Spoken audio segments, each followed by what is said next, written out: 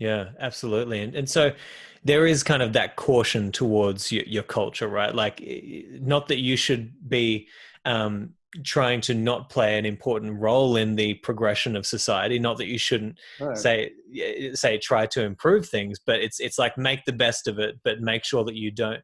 I always say it's like this, and you might agree or disagree. It's like they say, be in the crowd but not of the crowd, right? Like you should still be amongst the people, but you shouldn't Right. necessarily let all of that wash off on you. Right. Right. Right. Yeah, I guess for the like the Stoics definitely don't discount localized city structures. Let's say, in one regard, you get descriptions of the city, such as in Cleon and Marcus Aurelius too, where they'll describe the whole universe as a city. Mm. And I think Marcus Aurelius calls it the city of Zeus. And you get this sense of a citizenship in a global social structure or a universal social structure. But then in another regard, the Stoics do discuss how we participate in very localized geographies.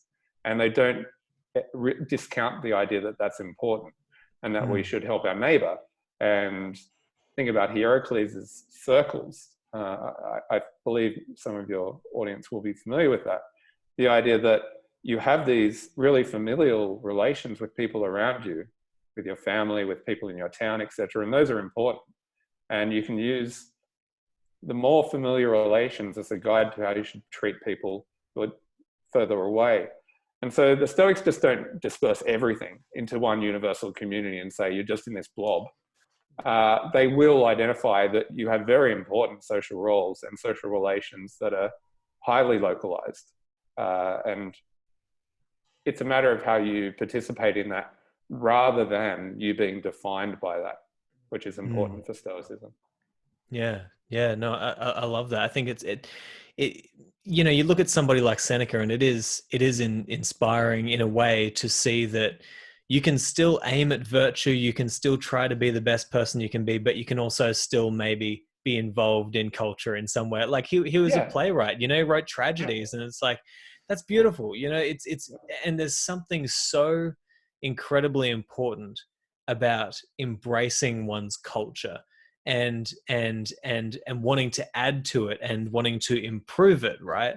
And I think that to take the stance as a stoic that you should just not want anything to do with the crowd is going too far. But I think that there has to be that Very balance there. Epicurean, I think. It's not. It's very Epicurean to be like, I'm going to self isolate for a different reason. So you're not self isolating for the common good, Yeah. right?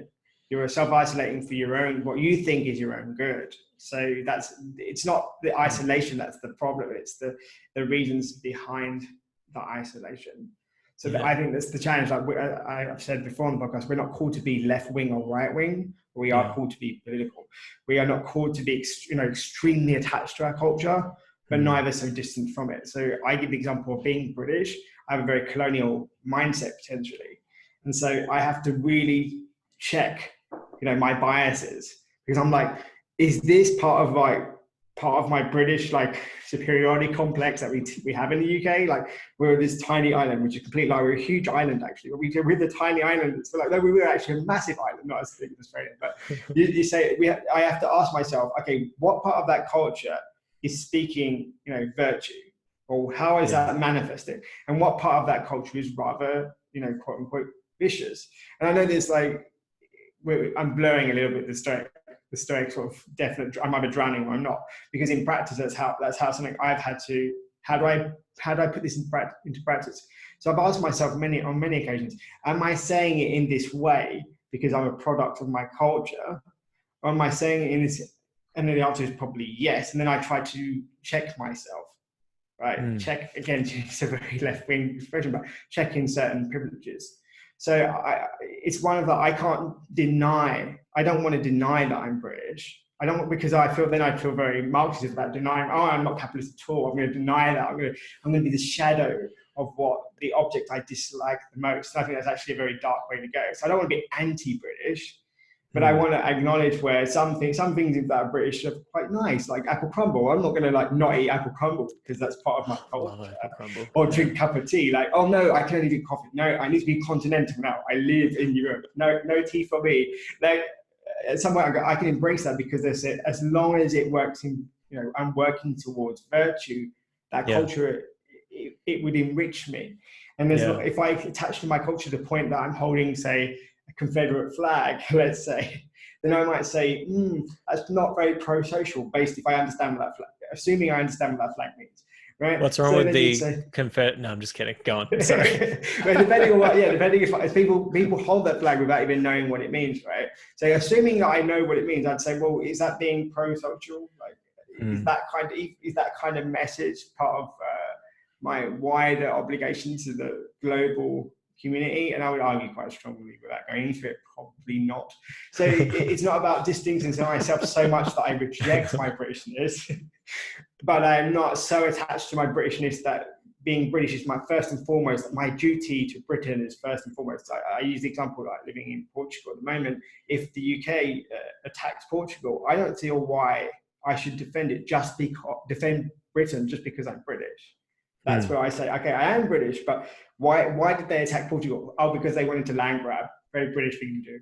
Okay, I don't think there's any virtue in that. So as a British citizen, the Queen can call me and say, well, your duty is to the Queen. I say, my duty is to the global community, and what you're doing is vicious in that particular scenario. But there's a language. No, Will, does that make sense?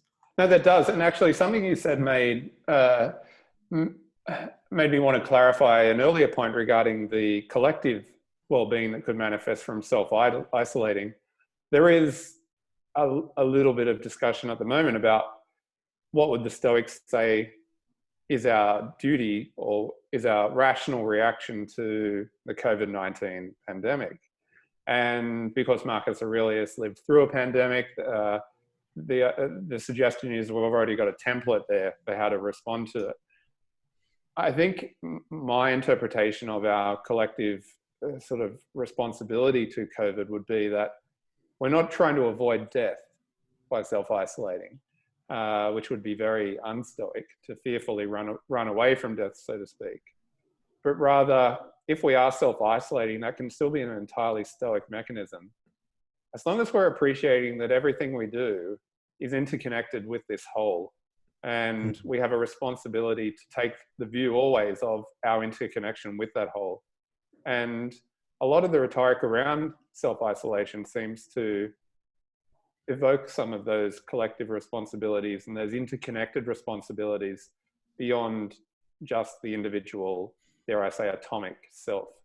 And so in that regard, a lot of the ways that the Stoics respond to what seemingly seem like fearful situations are not because of wanting to preserve one's physical life, but more about recognizing one's relationships with people you've often never met.